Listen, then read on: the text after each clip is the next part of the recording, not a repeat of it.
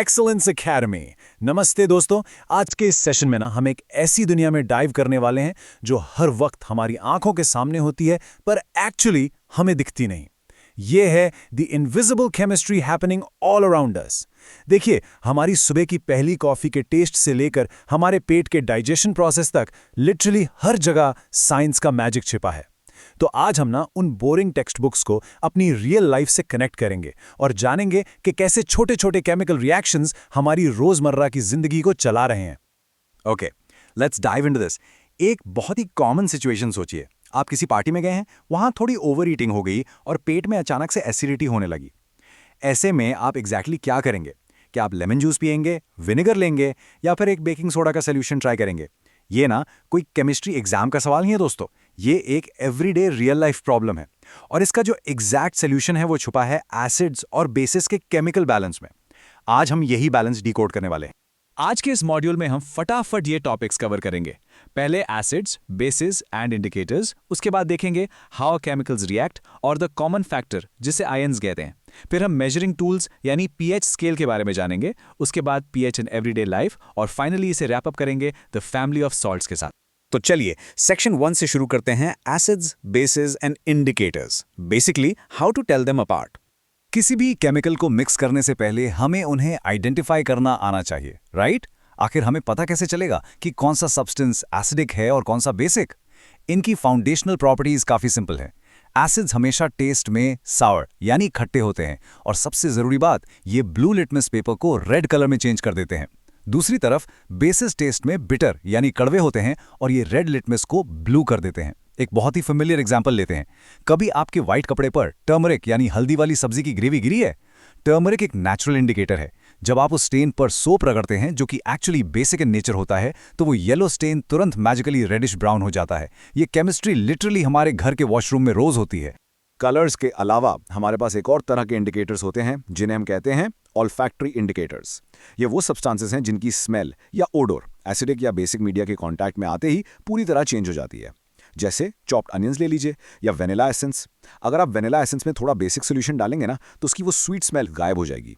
ये उन लोगों के लिए एक ब्रिलियंट तरीका है टेस्ट करने का जहां कलर चेंज देखना पॉसिबल नहीं होता। Section 2. How chemicals react. Let's look at the mechanics of chemistry.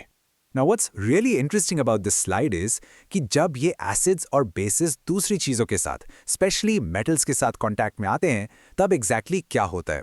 ये केमिकल इक्वेशंस थोड़ी टेक्निकल ज़रूर लग सकती हैं, पर इनका लॉजिक बहुत स्ट्रेट फॉरवर्ड है। देखिए, जब कोई एसिड किसी मेटल के साथ रिएक्ट करता है तो सॉल्ट और हाइड्रोजन गैस प्रोड्यूस होती है। और एक फन फैक्ट, अगर आप एक बर्निंग कैंडल इस गैस के पास लाएंगे तो वो एक पॉप साउंड के साथ जलेगी। एक और जरूरी बात, यही वो रीजन है कि हमारे घरों में साउर चीजें जैसे कि दही या कर्ड कभी भी ब्रास या कॉपर के बर्तनों में नहीं रखी जाती। कर्ड का एसिड उस मेटल के साथ रिएक्ट करके पॉइजनस सॉल्ट्स बना सकता है। और यहां आता है केमिस्ट्री का सबसे पावरफुल कॉन्सेप्ट, न्यूट्रलाइजेशन। याद है, हमने शुरुआत में ओवर ईटिंग और एसिडिटी की बात की थी।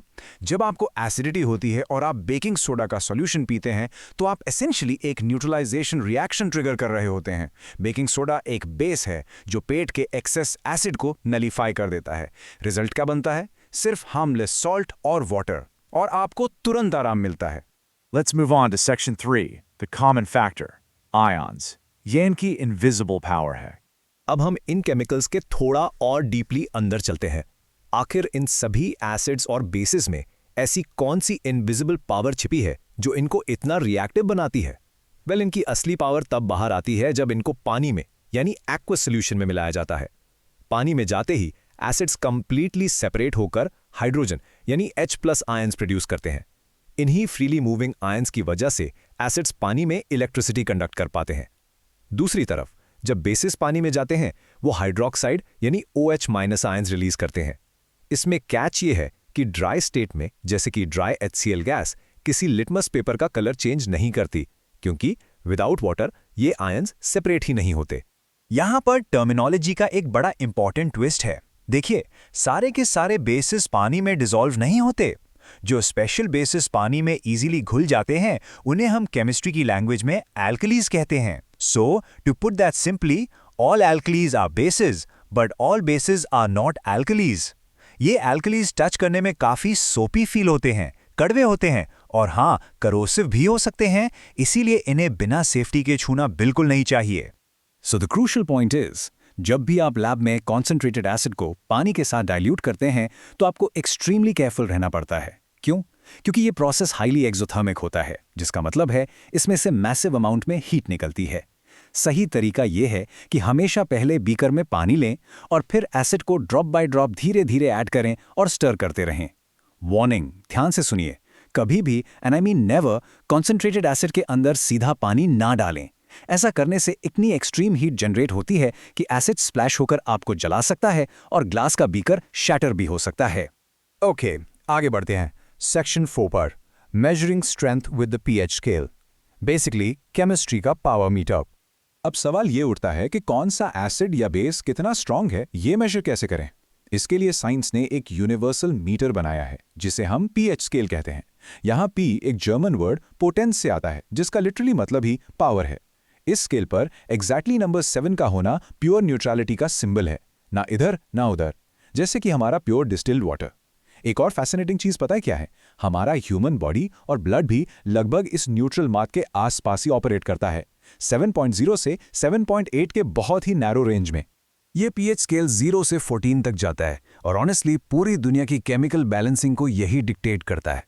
अगर किसी सोल्यूशन का पीएच 7 से नीचे है तो वो एसिडिक है, और ध्यान रखिए, नंबर जितना छोटा होगा ना, एसिड उतना ही स्ट्रांग होगा, क्योंकि उसमें H+ आयंस उतने ही ज्यादा होंगे।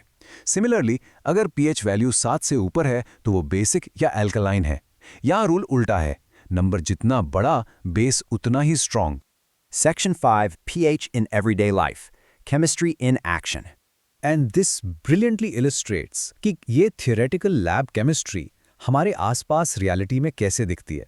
फॉर एग्जाम्पल, क्या आपने कभी सोचा है कि कैविटी या टूथ डीके आखिर शुरू कैसे होता है? हमारे दांतों का एनामल हमारी बॉडी का सबसे हार्डेस्ट सब्सटेंस है, पर प्रॉब्लम तब शुरू होती है जब हमारे मुंह का पीएच एग्जैक्टली 5.5 से नीचे ड्रॉप हो जाता है। बैक्टीरिया लेफ्ट ओवर फूड पर अटैक करते हैं और एक्सेस एसिड्स प्रोड्यूस करते हैं, जो एनामल को करोड करने लगता है। यही वजह है कि हम बेसिक टूथपेस्ट यूज करते हैं, वो इस एसिड को न्यूट्रलाइज करके हमारी स्माइल को सेफ रखता है।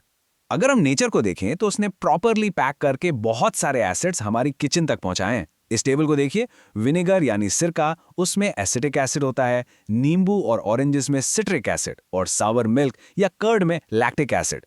पर केमिस्ट्री सिर्फ खाने में नहीं है, सेल्फ डिफेंस में भी है। जब एक छोटी सी चींटी यानी एंट काटती है तो वो हमारी स्किन में एक्चुअली मेथेनोइक एसिड इंजेक्ट कर देती है, जिसकी वजह से वो शार्प दर्द और जलन होती है।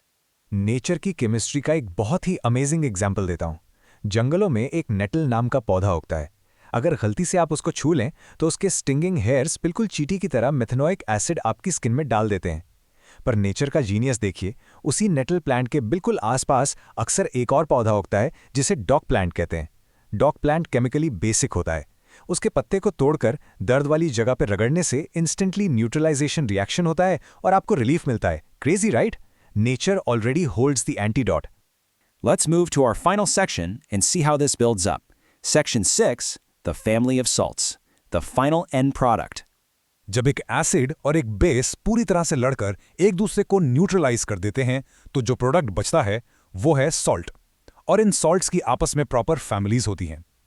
वो सॉल्ट्स जिनमें सेम पॉजिटिव या नेगेटिव रेडिकल्स होते हैं वो एक फैमिली से बिलोंग करते हैं, जैसे सोडियम क्लोराइड यानी NaCl और पोटेशियम क्लोराइड यानी KCl। दोनों में क्लोराइड है, इसलिए ये क्लोराइड फैमिली का हिस्सा है।